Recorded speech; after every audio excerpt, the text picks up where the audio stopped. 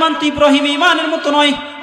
আমার ইমান 1 প্যাকেট বিড়ির বিনিময়ে বিক্রি হয়ে যায়, আমার ইমান 5 টাকার বিনিময়ে বিক্রি হয়ে যায়, আমার ইমান 1 প্যাকেট বিরিয়ানির কারণে বিক্রি হয়ে যায়। ঠিক না বেটি? একটা সিগারেট খাওয়াইলে, একটা চায়ের বিনিময়ে ইমানকে বিক্রি করে দেই। এখন বলি আমি মোমেন, একটু পরে একটা চা খাওয়াইলে ওইখানে যাই বলি আমি তাদের কাছে একটু ঠাট্টা করতে গেছিলাম। কাফেররা, মুনাফিকরা যখন মুমিনদের সাথে মিলতো তখন তারা বলতো আমান্না, আমরা ঈমান আনয়ন করেছি। আর যখন মুনাফিকদের সাথে, কাফেরদের সাথে মিলিত হইতো তখন তারা বলতো ইন্নামা নাহনু মুস্তাহজিউন, ইন্নামা নাহনু মুস্তাহজিউন। ও কাফের বেঈমানেরা শোনো, আমি তো কাফের, আমিও তো মুনাফিক, আমিও তো বেঈমান। মুসলমানদের সাথে একটু গেছিলাম, ইসলামী দলের সাথে মিলছিলাম তাদের মন একটু সন্তুষ্ট করার জন্য। আসলে তো আমি তাদের অন্তর্ভুক্ত নয়, তাদের সাথে একটু ঠাট্টা করতে গেছিলাম। মূলত আমি তোমরা বেঈমান আর মুনাফিকের দলেই আছি। ঠিক না বে ঠিক?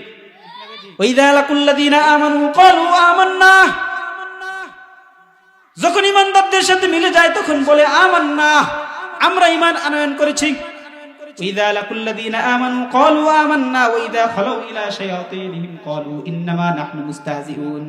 আর যখন তারা শয়তানদের সাথে মিলিত হয়, মুনাফিকদের সাথে মিলিত হয়, কাফেরদের সাথে মিলিত হয়, তখন তারা বলতে থাকে ইন্নামা নাহনু মুস্তাহজিউন।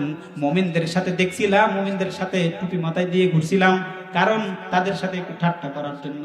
প্রকৃতপক্ষে আমি তো মুমিন নয়, প্রকৃতপক্ষে আমি তো মুমিন নয়, বরং আমি হলাম তোমরা যে আল্লাহ যে যাদেরকে শয়তান বলে ঘোষণা করছেন। যখন শয়তানদের সাথে ওইদা খালাউ ইলা শায়াতিনহিম, যখন শয়তানদের সাথে তারা মিলিত হয়, এই শয়তান কারা জানেননি? কাফের, মুনাফিক, বেঈমানরা। আমি তো কিনা মুমিনদের অন্তর্ভুক্ত না, আমি তো এই শয়তান তোমাদের অন্তর্ভুক্ত। তো এরকমের এখনো মানুষ আছে না নাই? তাহলে বলেন, ঈমান বিক্রি করে কয় টাকার বিনিময়ে? 5 টাকার বিনিময়ে, 1 টাকার বিনিময়ে ঈমান বিক্রি করে। তাহলে আমার ঈমান কি ইব্রাহিমী ঈমান হইল? আমার ঈমান তো ইব্রাহিমী ঈমান হয় নাই। ইব্রাহিমী ঈমান না হওয়ার কারণে আজকে আমার উপরে তো নির্যাতন, আজকে মুসলমানদের উপরে তো নির্যাতন আর নিপীড়নের স্টিম রোলার চলছে। কারণ আমার অন্তরের মধ্যে পরিপূর্ণ ঈমান আসে নাই। আমি তো পরিপূর্ণ মুসলমান হইতে পারি নাই। যদি পরিপূর্ণ মুসলমান হইতে পারতাম, আত্মসমর্পণকারী হইতে পারতাম, নিজের গর্দানকে আল্লাহর সামনে একনিষ্ঠার সাথে আল্লাহর ভয়ে নত করতে পারতাম, মাথাকে সব সময় আল্লাহর ভয়ে নত করতে পারতাম, তাহলে দুনিয়ার কোনো বাতিল পন্থা, দুনিয়ার কোনো বেঈমান অমুসলিম যারা রয়েছে কোনদিনও মুমিনের গায়ে একটা টোকা দিতে পারতো কিনা বলেন? আলহামদুলিল্লাহ,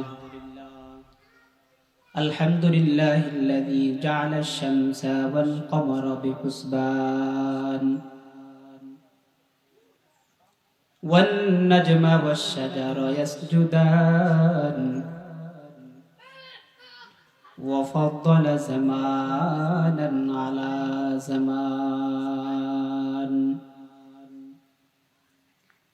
كما فضل مكانا على مكان وإنسانا على إنسان ونشهد أن لا إله إلا الله وحده لا شريك له ونشهد أن سيدنا ومولانا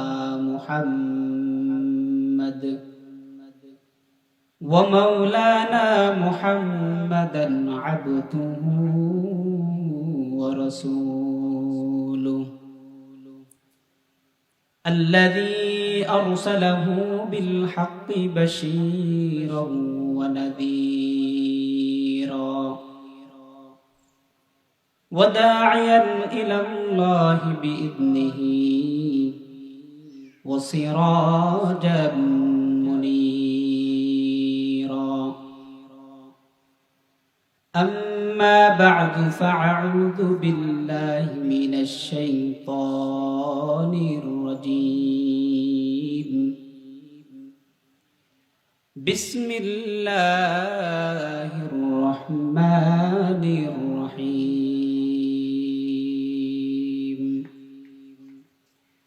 ফাযকুরুনি আযকুরুকুম ওয়াশকুরু লি ওয়ালা তাকফুরুন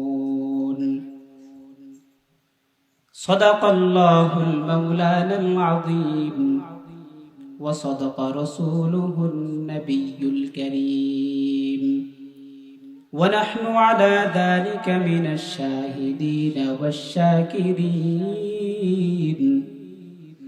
والحمد لله رب العالمين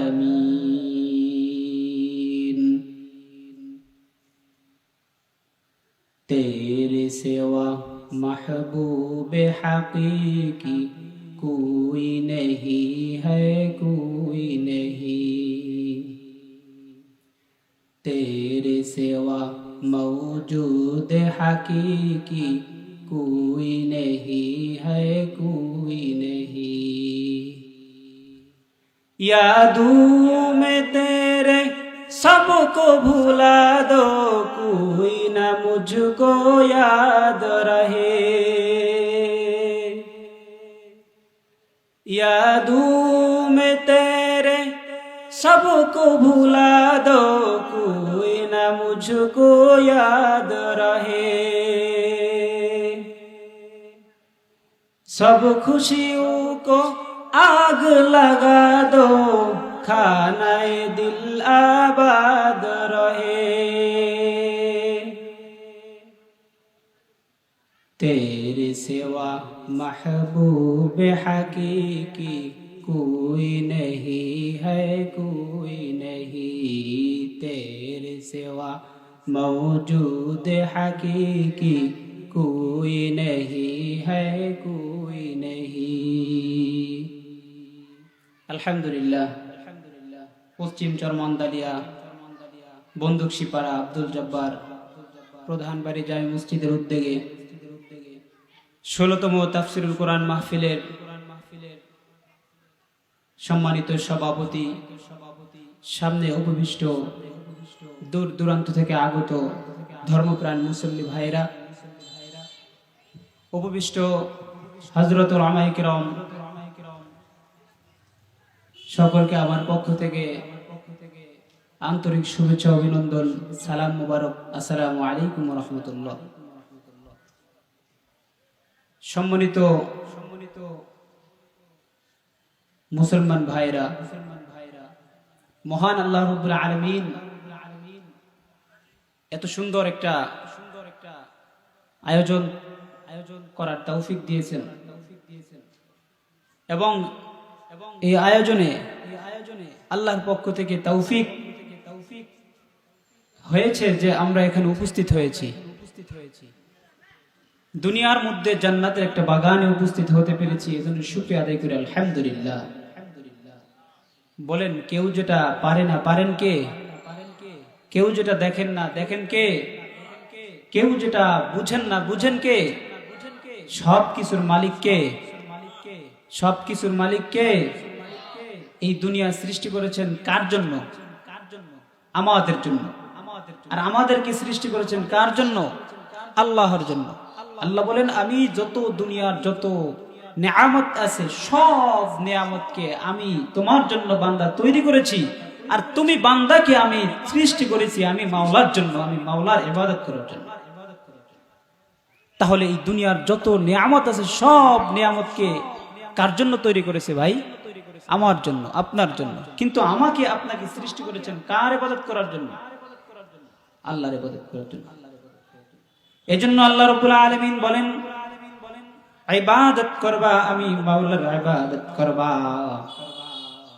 জিকির করবা আমি মাওলার জিকির করবা স্মরণ করবা আমি মাওলার স্মরণ করবা যদি তুমি আমি মাওলার স্মরণ করতে পারো যদি তুমি আমি রবের ইবাদত করতে পারো যদি তুমি আমি মাওলাকে স্মরণ করতে পারো ফাযকুরুনি ও বান্দা তোমরা যদি আমি আল্লাহকে স্মরণ করতে পারো আযকুরুকুম আমিও তোমাদেরকে স্মরণ করব বান্দাকে যদি আল্লাহ স্মরণ করে, ওই বান্দার কি দুনিয়ায় কোনো কষ্ট থাকে? থাকে নাকি? থাকে না। বান্দাকে যখন আল্লাহ স্মরণ করে, বান্দাকে যখন আল্লাহ বান্দার জিকির করে, আমিও যখন আল্লাহর জিকির করব, আল্লাহর নামটাকে স্মরণে নিব, জবানে নিব, দিলে উচ্চারণ করব, আল্লাহ বলেন বান্দা তোমাকেও নিয়ে আমি জিকির করব, আমি তোমার নামটা বারবার স্মরণে নিব। পয়গম্বর আরবি মুহাম্মদুর রাসূলুল্লাহ সাল্লাল্লাহু আলাইহি ওয়াসাল্লাম বলেন, আরবাউন মান উতিয়াহুন্না উতিয়া খায়রুদ দুনিয়া ওয়াল আখিরাহ। চারটা জিনিস যাকে দেওয়া হয়েছে, আওয়াজ করে বলেন কয়টা জিনিস? চারটা জিনিস যাকে দেওয়া হয়েছে, তাকে দুনিয়া আখিরাতের সব কল্যাণ তাকে দেওয়া হয়েছে। বলেন সুবহানাল্লাহ। কয়টা জিনিস? চারটা জিনিস। শুনতে মন চায় না? যে চারটা জিনিস আল্লাহ তাআলা যাকে দেওয়া হয়েছে, তাকে দুনিয়া এবং আখিরাতের সব কল্যাণ তার মধ্যে দেওয়া হয়েছে। সুবহানাল্লাহ। পয়গম্বর আরবি মুহাম্মদুর রাসূলুল্লাহ সাল্লাল্লাহু আলাইহি ওয়াসাল্লাম বলেন, আরবাউন মান উতিয়াহুন্না উতিয়া খায়রুদ দুনিয়া ওয়াল আখিরাহ। দুনিয়া আখিরাতের কল্যাণ তাকে দেওয়া হয়েছে, যাকে চারটা জিনিস দেওয়া হয়েছে। পয়গম্বর বলেন, এক নাম্বার হলো কলবান শাকিরাহ, যে অন্তর সর্বদা সব সময় আল্লাহর রব্বুল আলামিনের দেওয়া যে নিয়ামত আছে, নিয়ামত পাইয়া শুকরিয়া আদায় করে। আল্লাহ রব্বুল আলামিনের নিয়ামত পাইয়া তারা শুকরিয়া আদায় করে। অন্তরটা সব সময় মাওলায়ে কারীম যা দিয়েছেন তাই নিয়ে শুকরিয়া আদায় করে। পয়গম্বর বলেন, এই কলবান শাকিরা, শুকর গুজার আদায়কারী কলব যার হয়ে গেছে, আল্লাহ রব্বুল আলামিন তাকে দুনিয়া আখিরাতের দুটোটার কল্যাণ তার ভিতরে দিয়ে দিয়েছেন। বলেন সুবহানাল্লাহ।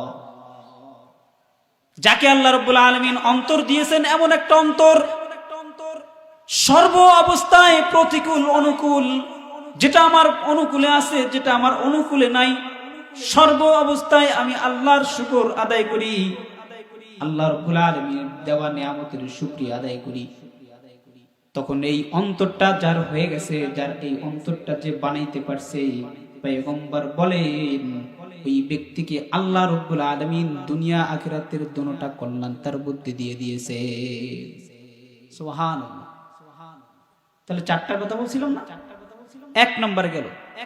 পয়গম্বর বলেন দুই নম্বর হলো কলবান যাকিরাহ ওয়া লিসানান যাকিরাহ।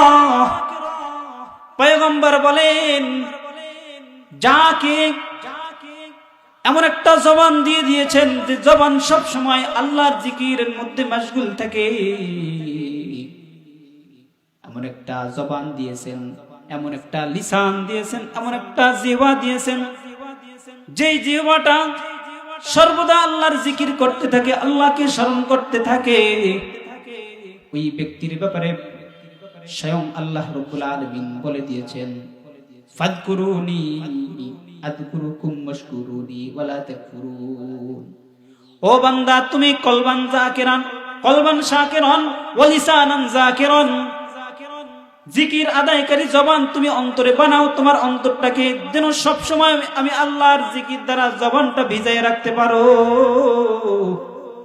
যদি তুমি আমার নাম দিয়া, আমাকে স্মরণ দিয়া তোমার জবানটা ভিজায় রাখতে পারো, তাহলে বান্দা শুনে রাখো, আমি আল্লাহ তোমাকে আমার কুদরতি জবান দ্বারা, আমার কুদরতি লিসান দ্বারা তোমার জিকির আমি করব। তো যদি আল্লাহ আমাকে নিয়ে ভাবেন, আল্লাহ আমাকে নিয়ে জিকির করেন, আল্লাহ যদি আমাকে নিয়ে স্মরণ করেন, আমার কোনো টেনশন আছে? কোনো টেনশন নাই। আমার কোনো টেনশন নাই, কারণ আমার আল্লাহ হয়ে গেছে আমার জন্য দুনিয়া সব একদিকে। যদি আমার প্রভু আমার পক্ষে থাকে, সারা দুনিয়ার মানুষ মিলে কোনো একটা ক্ষতি আমার করতে পারবে না। পারবে নাকি? পারবে না। কিন্তু সারা পৃথিবীর মানুষ যদি আমার পক্ষে থাকে, আমার পক্ষে যদি সারা পৃথিবীর মানুষ থাকে, আল্লাহ যদি চান যে এই বান্দাকে ক্ষতি করবেন, তাহলে সারা দুনিয়ার মানুষ কি উপকার করতে পারবে? পারবে না। এই জন্য যখন আমার অন্তর হয়ে যাবে শাকিরা, লিসান হয়ে যাবে যাকিরা, আর যখন আমি আমার শরীরের উপরে যত বালা রয়েছে, মুসিবত রয়েছে, যত মুসিবত আসে, এই মুসিবতের উপর যদি সবর করতে পারি, ধৈর্য ধারণ করতে পারি, পয়গম্বর বলেন ওই ব্যক্তিকে আল্লাহ রাব্বুল আলামিন দুনিয়া আখিরাতের দুটোটা কল্যাণ তার মধ্যে দিয়ে দিয়েছেন। কয়টা বললাম? তিনটা। এক নম্বর হলো কি? কলব, শুকর আদায়কারী কলব। দুই নম্বর কি? এমন জবান আল্লাহ তাআলা দিয়েছেন যে জবানটা সবসময় আল্লাহকে নিয়ে স্মরণ করে, দুনিয়ার কাউকে নিয়ে নয়। আর এমন একটা শরীর দিয়েছে, সর্ব অবস্থায়, বিপদে আপদে, মুসিবতে, প্রতিকূল অনুকূল সর্ব অবস্থায় সে আল্লাহর উপর ধৈর্য ধারণ করে আর আল্লাহর কাছে সাহায্য চায়। 4 নম্বর হলো জাওজাতান সালিহাতান। জাওজাতান সালিহাতান, সবচেয়ে বড় নিয়ামত দুনিয়ার মধ্যে হলো ঘরের স্ত্রী। যদি ঘরের স্ত্রী যদি নেককার হয়, স্বামী যদি বদকার হয়, খারাপও হয়, ওই স্ত্রীর মাধ্যমে স্বামী ভালো হওয়ার সম্ভাবনা আছে না নাই? সন্তান ভালো হওয়ার সম্ভাবনা আছে না নাই? পয়গম্বর বলেন 4 নম্বর জাওজাতান সালিহাতান, নেককার স্ত্রী যদি কেউ পেয়ে যায়, নেককার স্ত্রী যদি কারো তকদিরে মিলে যায়, পয়গম্বর বলেন এই 4টা জিনিস যদি কোন ব্যক্তিকে আল্লাহ রাব্বুল আলামিন দিয়ে দেন, ওই দুনিয়া ওই ব্যক্তিকে উতিয়া খায়রুদ দুনিয়া ওয়াল আখিরাহ, আল্লাহ রাব্বুল আলামিন দুনিয়া এবং আখিরাতের সব কল্যাণ তার মধ্যে দিয়ে দিয়েছে। এখন চিন্তা করেন তো আমার মধ্যে কয়টা গুণ, এই 4টা গুণ আছে কিনা? আমি এখন দেখি আমার মধ্যে আমার অন্তরটা কলবান শাকির আছে কিনা, সর্ব অবস্থায় শুকরিয়া আদায় করি কিনা। আমাকে যে নিয়ামত দিয়েছেন, হাতের নিয়ামত দিয়েছেন, পায়ের নিয়ামত দিয়েছেন, নাকের নিয়ামত দিয়েছেন, সুস্থতার যে নিয়ামত দিয়েছেন, এই নিয়ামতের শুকরিয়া আমি আদায় করছি কিনা। বাদশা হারুনুর রশিদ নাম শুনছেন না? বাদশা হারুনুর রশিদ 1 গ্লাস পানি নিয়ে পান করার জন্য প্রস্তুত হয়েছে। বাহলুল মাজনুন বাদশা হারুনুর রশিদকে থামায় দিয়ে বলতেছেন, হে বাদশা হারুনুর রশিদ, তুমি এই গ্লাসের পানিটা পান করার পূর্বে আমাকে একটা প্রশ্নের জবাব দিবা। এই গ্লাসের পানি পান করা যাবে না, তার পূর্বে আমাকে একটা প্রশ্নের জবাব দাও। যদি জবাব দিতে পারো তারপরে পানির গ্লাস থেকে পানি পান করবা। হারুনুর রশিদ বলতেছে, বলো তোমার প্রশ্ন কি? বাহলুল মাজনুন বলতেছেন, এই পানিটা যদি তুমি কোনো এমন একটা মরুভূমিতে, যেই মরুভূমিতে বালু ছাড়ার কিছুই নাই, পানির কোনো দিশা নাই, যেখানে পানি নাই, আর ওই মুহূর্তে 1 গ্লাস পানি যদি তোমার প্রয়োজন পড়ে, যদি বলা হয় যে এই 1 গ্লাস পানির বিনিময়ে তোমার যত রাজত্ব আছে সব রাজত্ব তুমি দিয়ে দিবা, এই রাজত্বের বিনিময়ে 1 গ্লাস পানি তুমি ক্রয় করবা, কারণ ওই সময় ওই পানি ছাড়া তোমার জান তো বাঁচবে না, তুমিও বাঁচবে না, তখন তুমি কি করবা একটু বলো। বলে আমি আমার রাজত্বকে বিক্রি করে দেবো 1 গ্লাস পানির জন্য। কেন? আমার জান যদি, আমার প্রাণ যদি না বাঁচে, তাহলে এই রাজত্ব দিয়ে কি করবো? কথা বুঝতে পারছেন? এই জান আমার প্রাণ যদি না বাঁচে, তাহলে আমি রাজত্ব দিয়ে কি করব? তাহলে বাহলুল মাজনুন বলতেছে, হারুন রশিদ শুনো, এই রাজত্ব এত বড় একটা রাজত্ব, যে রাজত্বের দাম 1 গ্লাস পানির সমপরিমাণ। 1 গ্লাস পানিতে তুমি তোমার রাজত্বকে বিক্রি করে দিচ্ছ, তাহলে বুঝো এই 1 গ্লাস পানি যে তুমি খাইতেছো, এটার কত বড় আল্লাহর নিয়ামত। কথা কি বুঝাইতে পারছি? বলেন তো 1 গ্লাস পানির নিয়ামত শুকরিয়া আদায় করে শেষ করা যাবে? পুরো রাজত্ব এই এমন একটা সময় যেখানে আপনার কোনো পানির কোনো ব্যবস্থা নাই, আর এই সময় পানি ছাড়া আপনি বাঁচবেন না। যদি বলা হয় আপনার যত জমি আছে, যা আছে সবকিছু বিক্রির বিনিময়ে 1 গ্লাস পানি আপনি কিনবেন না? কিনবেন কিনা বলেন? কেন? আগে আমার নিজের জীবন বাঁচাই, তারপরে মাল সম্পদ ধন সবকিছুই হবে। এবার পানি খেয়ে ফেলছে, খাওয়ার পরে বলতেছে আর একটা প্রশ্ন আছে, বাদশা হারুনুর রশিদ প্রশ্নের জবাব দাও। বলতেছেন, কি প্রশ্ন তোমার, বলো।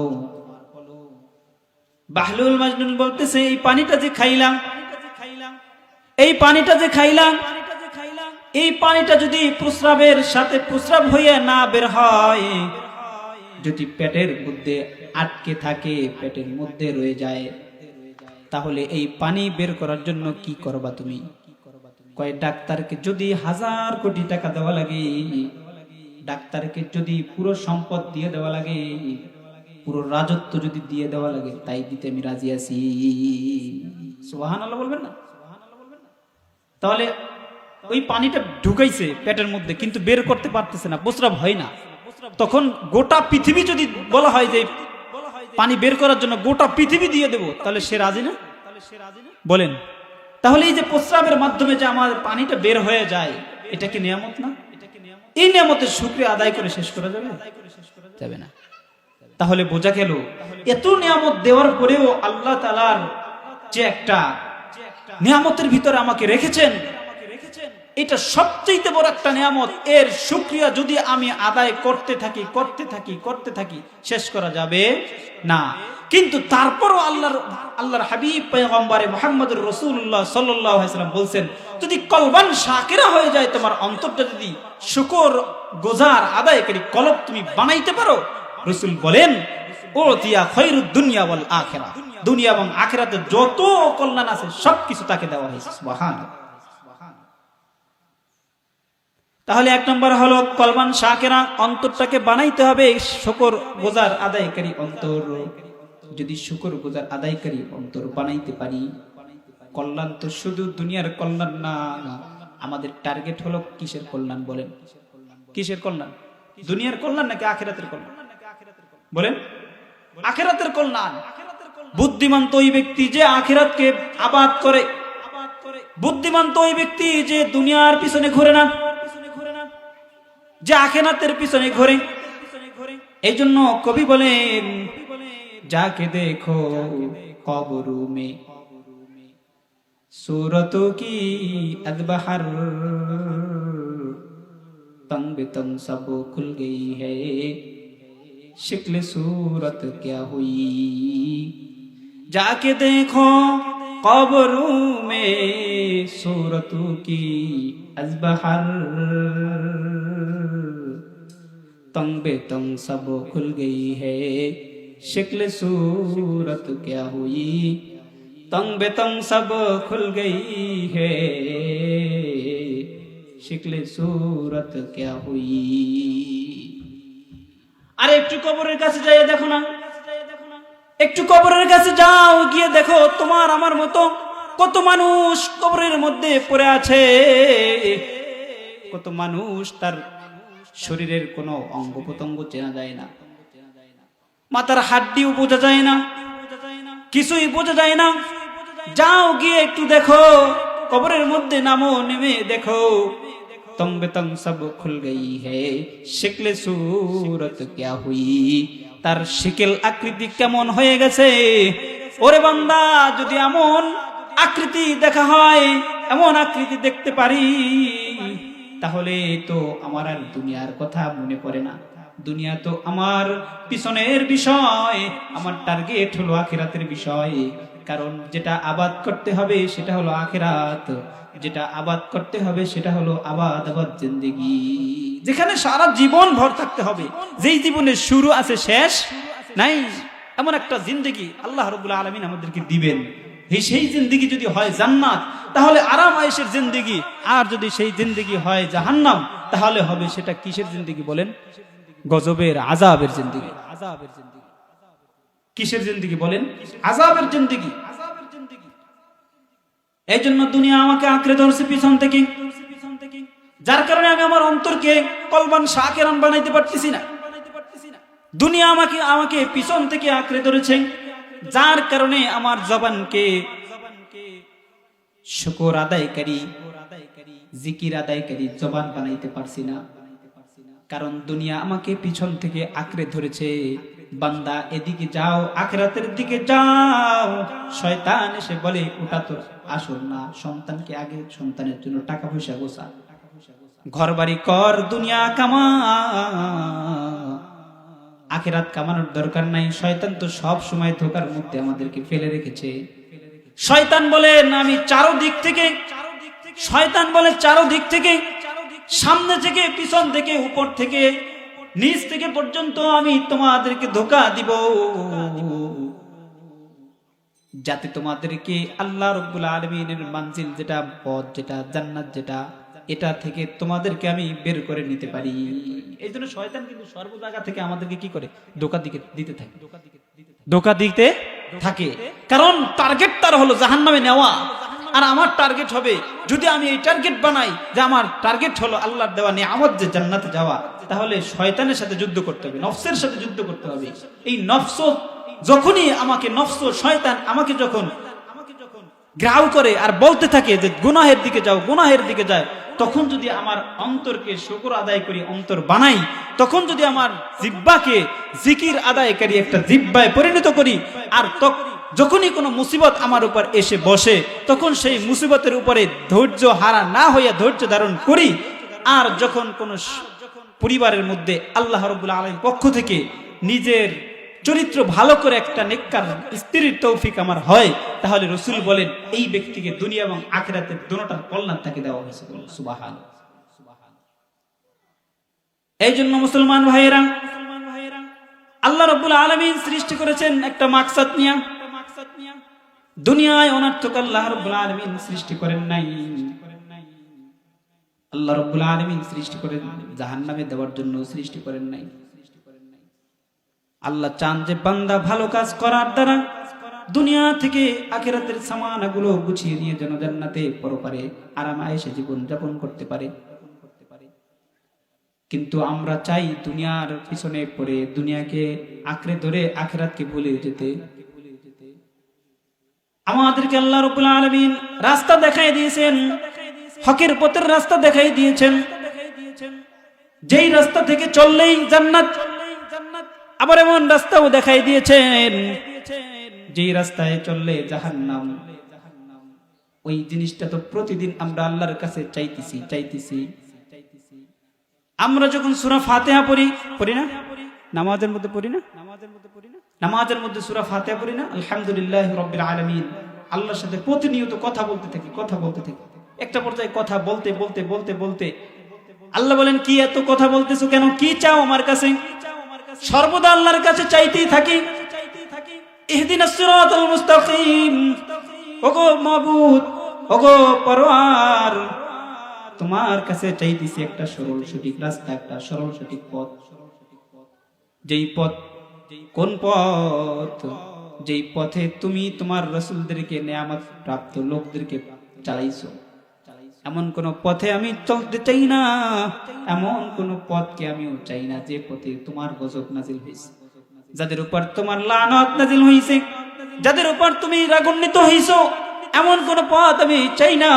বরং আমি এমন একটা পথ চাই যে পথ দিয়ে সোজাসুজি চললেই আমি জান্নাতে যেতে পারি। আমরা বলি না আল্লাহর কাছে, আমরা বলি কিনা? কিন্তু এই বলাটা মজা লাগে না, এই বলাটা আমার মজা লাগে না, কারণ আমার অন্তরটা তো ওই রকমের মজাদায়ক অন্তরে পরিণত করতে পারি নাই। আমার অন্তরটা শুকরগুজার আদায়কারী অন্তরে পরিণত করতে পারি নাই, যার কারণে আল্লাহর নামটা নিলে যখনই আলহামদুলিল্লাহি রাব্বিল আলামিন বলি, তখন অন্তর থেকে আল্লাহর ভালোবাসা আসে না, যার কারণে ইবাদতে মজাও পাই না।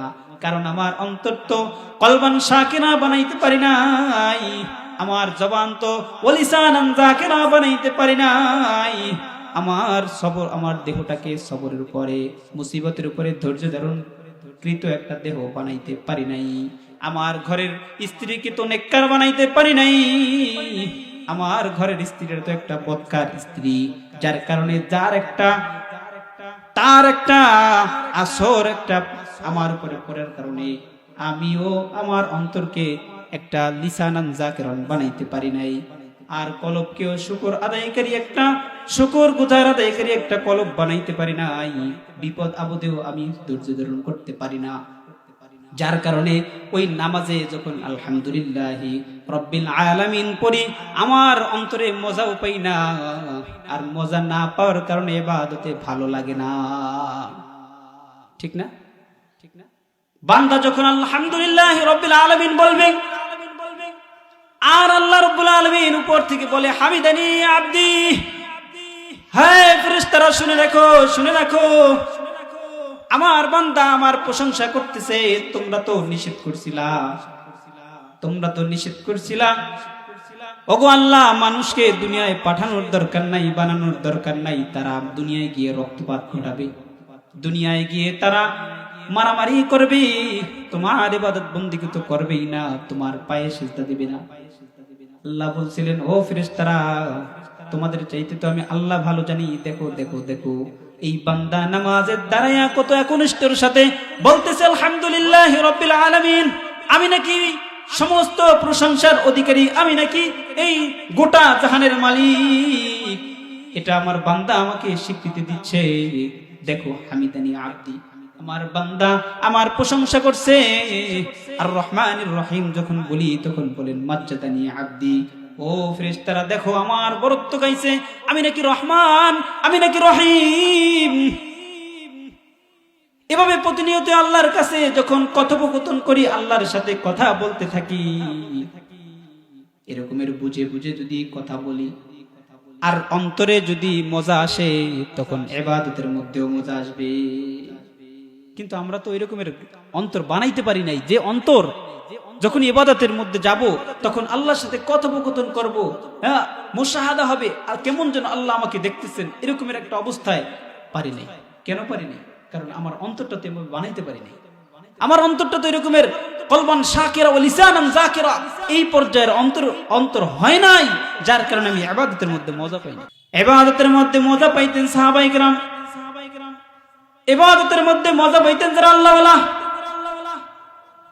ইবাদতের মধ্যে মজা পাইতেন বাহলুল মাজনুনের মতো পাগল ব্যক্তি, যারা দুনিয়ার কোনো সাধারণ পাগল না, দুনিয়ার কোনো সাধারণ পাগল না, তারা হলেন প্রকৃত আখিরাতের পাগল। এরা হলো পাগল, এরা হলো মূল পাগল, এরাই হলো আসল পাগল। পাগল তো তারাই যারা আখিরাতকে নিয়ে ভাবে। অথচ দুনিয়া পাইছে, দুনিয়া পাইয়া দুনিয়ার ধন সম্পদ পাইয়া তারা মনে করতেছে আমরা ধনী, দুনিয়ার নিয়ামত পাইয়া বুঝছে আল্লাহ আমাকে ভালোবাসে। কিন্তু না, আল্লাহ তোমাকে তো ভালোবাসার জন্য নিয়ামত দেন নাই, আল্লাহ তোমাকে ভালোবাসার জন্য তোমাকে ক্ষমতা দেন নাই। আল্লাহ রাব্বুল আলামিন তোমাকে পরীক্ষা করার জন্য ক্ষমতা দিয়েছে, নিয়ামত দিয়েছে। দেখি বান্দা এত ক্ষমতা পাওয়ার পরেও, এত নিয়ামত পাওয়ার পরেও আমি আল্লাহ রাব্বুল আলামিন কি তারা কি ভুলে কিনা। কিন্তু আমরা মনে করি যে আমাদেরকে এত বড় বড় অট্টালিকা নিয়ামত দিয়ে দিয়েছেন, আল্লাহ যদি ভালো না বাসতো তাহলে কি এই নিয়ামত দিতেন? ঠিক না? এটা মনে করি না? কিন্তু আসলে এটা মনে করা ভুল। বরং আল্লাহ আমাকে দিয়েছেন, নিয়ামত দিয়েছেন, মানে আমাকে পরীক্ষার মধ্যে ফেলে দিয়েছেন। অর্থ দিয়েছেন, আমাকে পরীক্ষার মধ্যে ফেলে দিয়েছেন। ক্ষমতা দিয়েছেন, আমাকে পরীক্ষার মধ্যে ফেলে দিয়েছেন। যশ দিয়েছেন, খ্যাতি দিয়েছেন, গর্ব দিয়েছেন, অহংকার দিয়েছেন, মূলত আমাকে পরীক্ষার মধ্যে ফেলে দিয়েছেন। দেখি বান্দা পরীক্ষায় পাশ করে কিনা। কিন্তু আমরা নিজেরা নিজেদের চালাক মনে করি, অথচ আখিরাতের ব্যাপারে একেবারে গাফেল, একেবারে বোকা। অথচ যারা আখিরাতকে নিয়ে ভাবে, আখিরাতের পিছনে দৌড়ায়, দুনিয়াকে পিছনে রেখে ঈমানওয়ালা জিন্দেগি, তারা অন্তরের মধ্যে ঈমান আনে, পরিপূর্ণ ঈমান। নামকে অস্তে কোনো ঈমান তারা আনে না। শুধু নামে মুসলমান হয় না, কামে মুসলমান হয়। নামে মুমিন হয় না, কাজে পরিপূর্ণ ঈমানদার হয়। এই জন্য তো কবি বলেন हम मुसलमान है मगर, हम मुसलमान है मगर हम में मुसलमानी नहीं, हम में ही माँ है मगर हम मोमिनी कामिल नहीं, हम में ही माँ है मगर हम मोमिनी कामिल नहीं, हम मुसलमान है मगर हम में मुसलमानी नहीं, हम में ईमान है मगर हम मोमिने कामिल नहीं, हम में ईमान है मगर हम मोमिने कामिल नहीं। ईमानदार दाबी करे অন্তরের মধ্যে ঈমান আছে, কিন্তু আমরা পরিপূর্ণ ঈমানের অধিকারী হইতে পারি নাই। মুসলমান দাবি করি ঠিকই, পরিপূর্ণ মুসলমান হইতে পারি নাই। আরে পরিপূর্ণ ঈমানওয়ালা কে ছিলেন? পরিপূর্ণ ঈমানওয়ালা ছিলেন হযরত ইব্রাহিম। কেমন ঈমান ছিল তার? ঈমানে আগুনে কিছুই করতে পারে নাই, ঠিক না বেঠিক? একটা পশম পুরাইতে পারছে নাকি? পারে নাই। তার ঈমান যদি আমার ঈমানের মতো হইতো, তাদের ঈমান তার ঈমানের মতো যদি আমার ঈমান হইতো, যত বিপদ আসুক না কেন, যত মুসিবত আসুক না কেন, যত অত্যাচার আসুক না কেন, সব অত্যাচার ঈমানের পাওয়ারে সবকিছু দূরে সরে যেত। হযরতে ইব্রাহিমের ঈমান কেমন ছিল? হযরতে ইব্রাহিমের ঈমান ছিল এত পাকাপোক্ত ঈমান, যে ঈমান কোন আগুনে কিছু করতে পারে নাই। এই জন্য কবি বলেন, আজ भी हो जो इब्राहिम का ईमान पैदा, आज भी हो जो इब्राहिम का ईमान पैदा,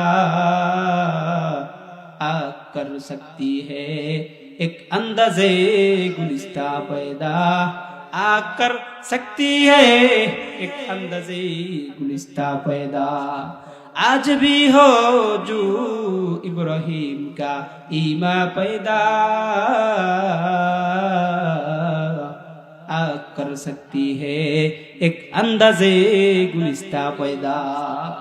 যদি ইব্রাহিমের ঈমানের মতো যদি আমার ঈমান থাকতো, যদি ইব্রাহিমী ঈমান যদি আমার অন্তরে থাকতো, তাহলে ইব্রাহিমের ঈমান জীবন যেমন আগুনে কিছু করতে পারে নাই, আমাদের ঈমান যদি এরকমের থাকতো, গোটা পৃথিবীর সব হিন্দু, বৌদ্ধ ধর্ম, অন্যান্য ইসলাম ছাড়া যত ধর্ম আছে, যত ইহুদি খ্রিস্টানরা আছে, সব জায়গায় এখন মুসলমানদের নির্যাতিত হইতেছে না?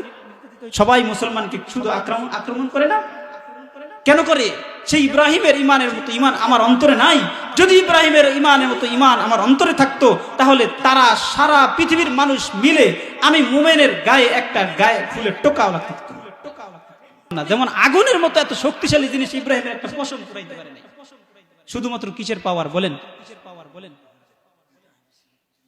বলেন কিসের পাওয়ার? আগুনের এত বড় শক্তিশালী জিনিসকে ঈমানের পাওয়ারে পানিতে শীতল, বারদান সালামান, একেবারে নাতিশীতোষ্ণ, শীতাতাপ নিয়ন্ত্রিত হয়ে গেছে, না ঠান্ডা না গরম। আগুনের মধ্যে ইব্রাহিম আলাইহিস সালাম ছিলেন না? এমন একটা অবস্থা ওই সময় হয়েছে যে শীতাতাপ নিয়ন্ত্রিত, নাতিশীতোষ্ণ যেটাকে বলে। গরমও ছিল না বেশি, ঠান্ডাও ছিল না, একেবারে শরীরের সাথে যেটা ম্যাচিং। তাহলে তার মতো যদি ঈমান আমার অন্তরে আসে, তাহলে আল্লাহ রাব্বুল আলামিন কি আমাকে মাফ করবেন না? অবশ্যই। দুনিয়া থেকে বিদায় হলে আমার জন্য কি জান্নাত নাকি জাহান্নাম? আল্লাহ তো জাহান্নামের জন্য কি আমাকে বানান নাই, আমাকে বানাইছেন কিসের জন্য বলেন? জান্নাতে দেওয়ার জন্য, ভালো কাজ করব। এই জন্য কবি বলতেছেন সুরের সাথে, কেমনে দিবা জাহান্নামে পালাইয়া,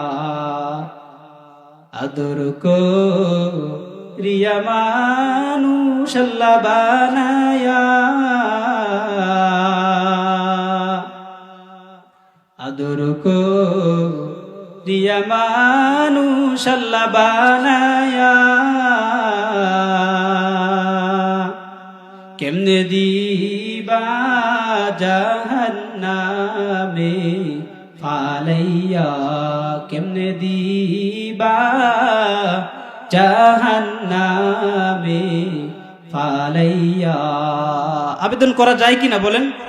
আল্লাহর কাছে আবেদন করবো, আল্লাহ জাহান্নামে কেমনে ফালাবা? তুমি এত সুন্দর আকৃতি দিয়ে তৈরি করেছো, এত সুন্দর তৈরি করে বডি দিয়েছো, এই বডি তো জাহান্নামে আমি যাইতে পারবো না। তাহলে যদি জাহান্নামে না যাইতে চাই, তাহলে ইবাদত এখন থেকে করি না কেন? এখন থেকে আমি কলবান শাকিরা বানাই না কেন? এখন থেকে আমি লিসানান যাকিরা বানাই না কেন? এখন থেকে আমি এই আমার বদনকে বদনান আলা সাবরি, সবরের উপরে আমি শরীরকে রাখি না কেন? আমার বদনকে, আমার শরীরকে কেন সবরের উপরে অটল রাখি না কেন? অল্পতে ধৈর্য হারা হয়ে যায় কেন? বিপদ একটু আসতেই দিশাহারা হয়ে যায়, আল্লাহকে ভুলে যায়। অথচ আল্লাহ বলছেন, যখনই তুমি কোনো বিপদে পড়বা তখন ওয়াস্তাঈনু বিস-সাবরি ওয়াস-সালাহ, নামাজ এবং সবরের মাধ্যমে কি করো?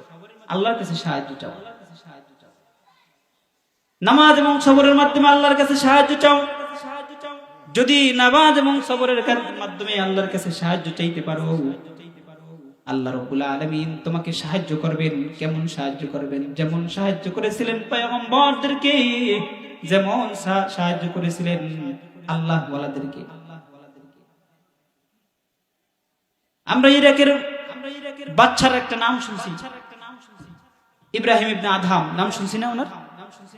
ওনার শুরুর জীবনটা কিন্তু নাজেহাল অবস্থা ছিল, কিন্তু পরবর্তীতে এমন আল্লাহ ওয়ালা হইছে, এমন খোদাবিরও হইছে, আল্লাহর সাথে এমন বাদশাহী ছেড়ে দিয়ে সেরা কম্বল গায়ে দিয়া আল্লাহর সাথে এমন তাআল্লুক মা আল্লাহ হইছে যে দুনিয়াকে ভুলে একেবারে পুরো আখিরাত মুখী হয়ে গেছে। সুবহানাল্লাহ। সংক্ষিপ্তভাবে একটু শোনার চেষ্টা করেন, বোঝার জন্য বলতেছি। ইব্রাহিম ইবনে আদহাম যুদ্ধে যাওয়ার জন্য প্রস্তুত নিয়েছে। দাসীকে বলে দিয়েছে, দাসী আমার বিছানাটা গুছাই রাখবা, একটু ভালো করে গুছাই রাখবা, যুদ্ধ থেকে ফিরে এসে আমি বিশ্রাম নিব। দাসী অন্যান্য দিনের চাইতে আজকে একটু ভালো করে গুছাই রাখছে। ইব্রাহিম ইবনে আদহাম যুদ্ধে চলে গেছে। দাসী চিন্তা করে, এত সুন্দর আরাম আয়েশের বিছানায়, এত সুন্দর আরাম আয়েশের বিছানা প্রতিদিন গুছাইয়া রাখি, একটু দেখি, শুয়ে দেখি, না জানি এর মধ্যে কি একটা মজা আছে। দাসী এই চিন্তা কইরা ওই বিছানার উপরে শুয়ে পড়েছে। নরম বিছানার কারণে দাসীর চোখে ঘুম, আল্লাহ তাআলা ঘুম নামক নিয়ামতকে দিয়ে দিয়েছে। দাসী ঘুমাইয়া গেছে, আর ওঠার আর সময় পাই নাই, আর উঠেও নাই। কারণটা কি? কারণ হলো ইব্রাহিম ইবনে আদহামকে আল্লাহ হেদায়েত দিবেন, তাকে সরল সঠিক রাস্তায় নিয়ে আসবেন, আল্লাহর প্রিয় পাত্র বানাবেন। এই জন্য ওই দাসীর চোখের মধ্যে আল্লাহ ঘুম নামক নিয়ামতকে দিয়ে দিয়েছেন। ইব্রাহিম ইবনে আদহাম যুদ্ধ থেকে এসে দেখতেছে দাসী তার বিছানার মধ্যে ঘুমায় আছে। দেখে মাথাটা রাগ হয়ে গেছে, শরীরের মধ্যে রাগ হয়ে গেছে। বলতেছে, দাসী তাড়াতাড়ি ওঠো, জল্লাদকে অনুমতি দিয়েছে তাকে 60টা বেত্রাঘাত দিবা, 80টা বেত্রাঘাত দিবা। কেন আমার বিছানার মধ্যে শাহী বিছানায় কেন ঘুমাইছে? ঘুমানোর কারণে তাকে বেত্রাঘাত করো। আইন পাশ হয়ে গেছে, দাসীকে বেত্রাঘাত করতেছে। দাসী কান্নাও করে না। একটা পর্যায়ে যখন 80টা বেত্রাঘাত করা শেষ হয়ে গেছে, তখন এবার দাসী কান্না করতেছে। এতক্ষণ বেত্রাঘাত করছে, কান্না করে না, কিন্তু যখন বেত্রাঘাত শেষ হয়ে গেছে তখন কান্না করছে। ইব্রাহিম ইবনে আদহাম আশ্চর্য হয়ে বলতেছে, দাসী এত জোরে জোরে আঘাত করা হলো, কান্না করলে না, এখন আঘাত শেষ হয়ে গেছে, কেন কান্না করতেছো? কয়, জাহাপনা, এতক্ষণ তো আপনি দুনিয়া আমার যে গুনাহটা হয়েছে আপনার শাহী বিছানার মধ্যে ঘুমানোর কারণে, আপনি 80টা দৌড়া মারছেন। আমি আখিরাত থেকে আমি পার পাইয়া গেছি, কিন্তু এখন আমি আপনার জন্য কান্না করতেছি। কত সময় মুয়াজ্জিন ডাক দিছে, হাইয়া আলাস সালাহ, মুয়াজ্জিন ডাক দিছে, আস-সালাতু খায়রুম মিনান নাওম, নামাজটা ঘুমের চাইতে উত্তম। কত নামাজে আপনি জান্নাই না গিয়ে ওই এই আরামের বিছানায় আপনি শুয়েছিলেন। আরামের বিছানায় শুয়ে থাকার কারণে কত হাজার হাজার রাকাত নামাজ আপনি ত্যাগ করছেন। আমি সামান্য সময়ের জন্য যদি এই বিছানায় শোয়ার কারণে 80টা বেত্রাঘাত আমাকে দেওয়া হয়, শাস্তি দেওয়া হয়, আর আপনি ওই মহান রবের হাজার হাজার রাকাত নামাজ ত্যাগ করে নরম বিছানায় শুয়ে রয়েছেন, না জানি আপনার জন্য কত হাজার বেত্রাঘাত নির্ধারিত হয়েছে। এই জন্য আমি আপনার কাঁদতেছি, আপনার জন্য, কারণ আমি তো আপনার নুন খাইছি, এই জন্য গুণ গাইতেছি। এতক্ষণ আমি ঘুমানোর কারণে, একটু মাত্র 5 মিনিট ঘুমানোর কারণে আপনি আমাকে 80টা দৌড়া মারছেন। আর আপনি যে কত রাকাত, কত নামাজ, ফজরের সময় মুয়াজ্জিন ডাকছে, আসরে ডাকছে, মাগরিবে ডাকছে, এশায় ডাকছে, 5 ওয়াক্তই ডাকছে, আপনি জান নাই, নরম বিছানায় ঘুমাইছেন।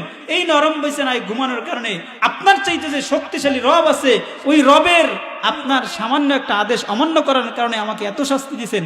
আপনার চাইতে বড় যে রব আছে, তার এত আদেশ অমান্য করার কারণে আপনার জন্য যে কত বেত্রাঘাত নির্ধারণ করা আছে এটা তো জানি না, এই জন্যই আপনার জন্য আমি কান্না করি।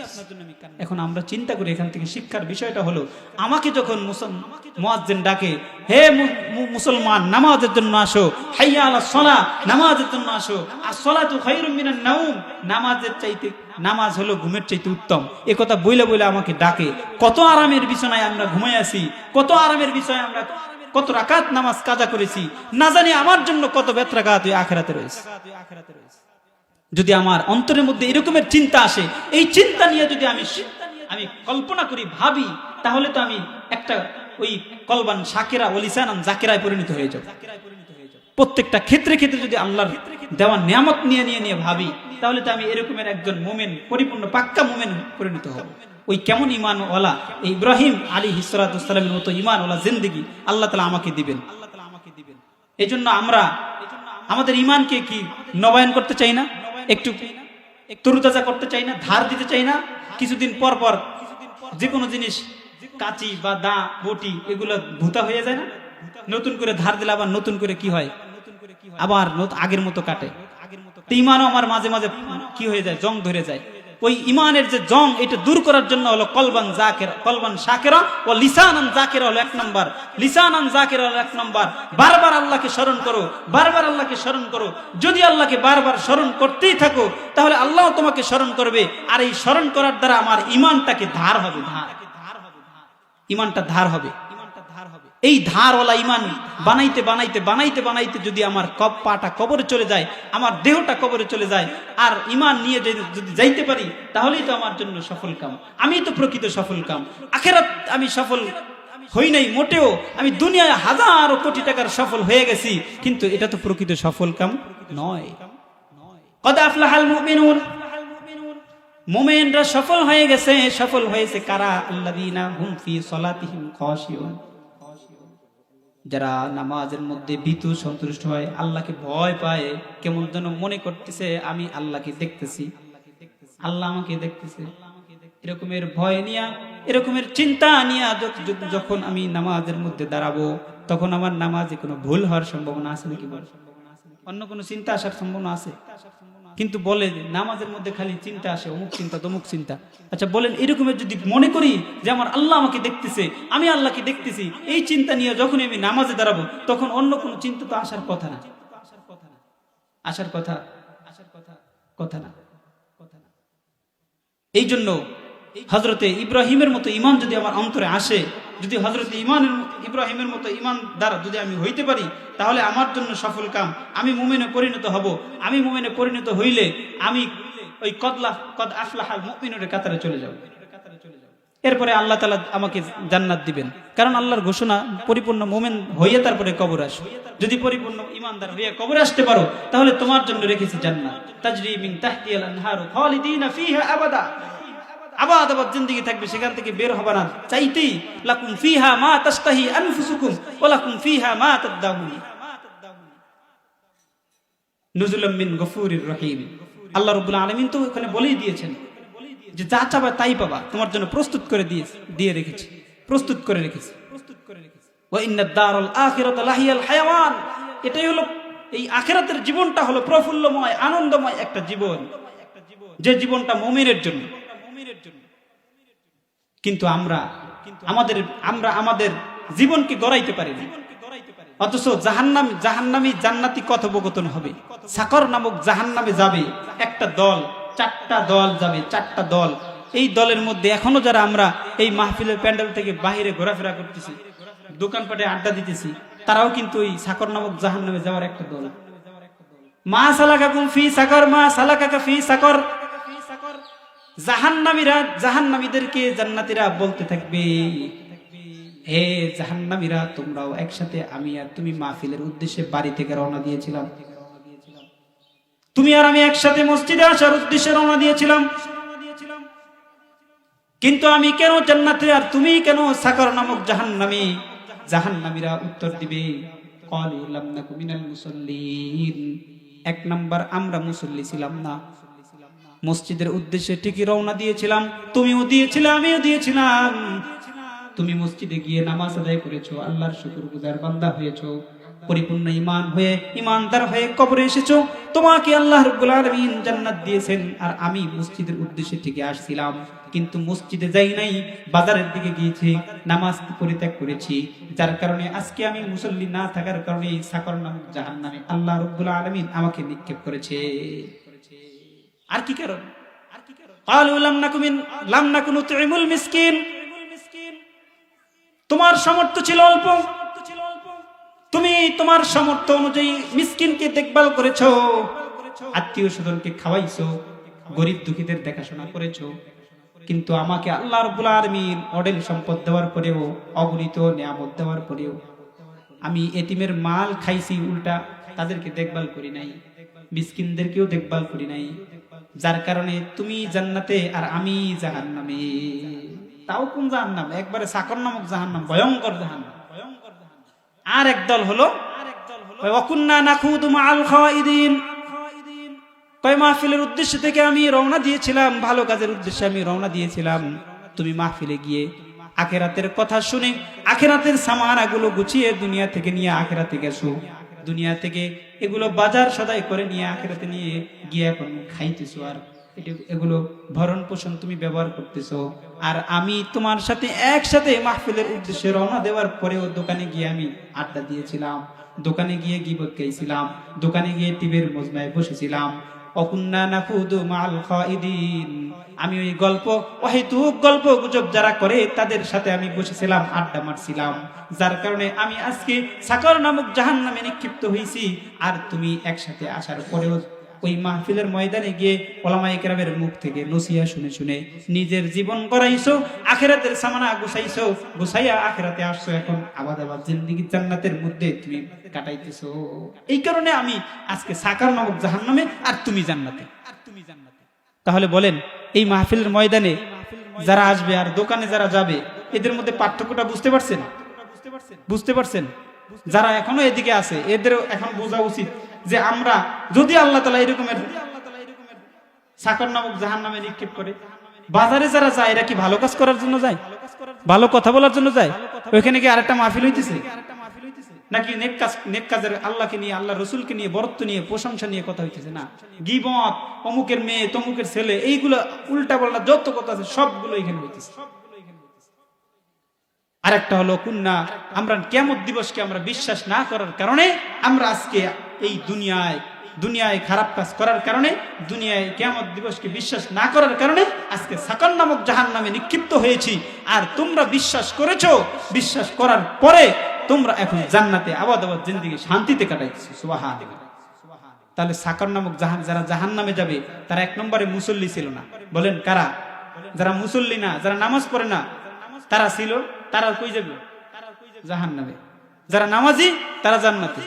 কারণ এখান থেকে ভেদাভেদ পার্থক্য হয়ে গেছে। যারা মিসকিনকে খাওয়ায় না তারা জাহান্নামে, যারা খাওয়ায়, দেখভাল করে, আল্লাহকে সন্তুষ্ট করার উদ্দেশ্যে তারা জান্নাতে। যারা মাহফিলের ময়দান ভালো কাজে আসে নিজেদের জীবন পরিবর্তন করার জন্য তারা জান্নাতি। আর যারা দোকানপাটে আড্ডা দিয়ে, যারা অহেতুক গল্প গুজব আর মানুষকে নিয়ে ঠাট্টা বিদ্রোহের মজলিস বানায়, তাহলে তারা হবে জাহান্নামী। যারা আখিরাতকে বিশ্বাস করে, আল্লাহর দেওয়া বিধান অনুযায়ী চলে, তারা হবে জান্নাতি। যারা আখিরাতকে বিশ্বাস করে না, আল্লাহর দেওয়া জিন্দেগি বিধান অনুযায়ী তাদের জিন্দেগি চালায় না, তারা হবে জাহান্নামী। আল্লাহ রাব্বুল আলামিন আমাদেরকে যে কথাগুলো বললাম এগুলো বুঝে শুনে সর্বপ্রথম আমাকে এবং আপনাদের সকলকে আমল করার তৌফিক দান করুন।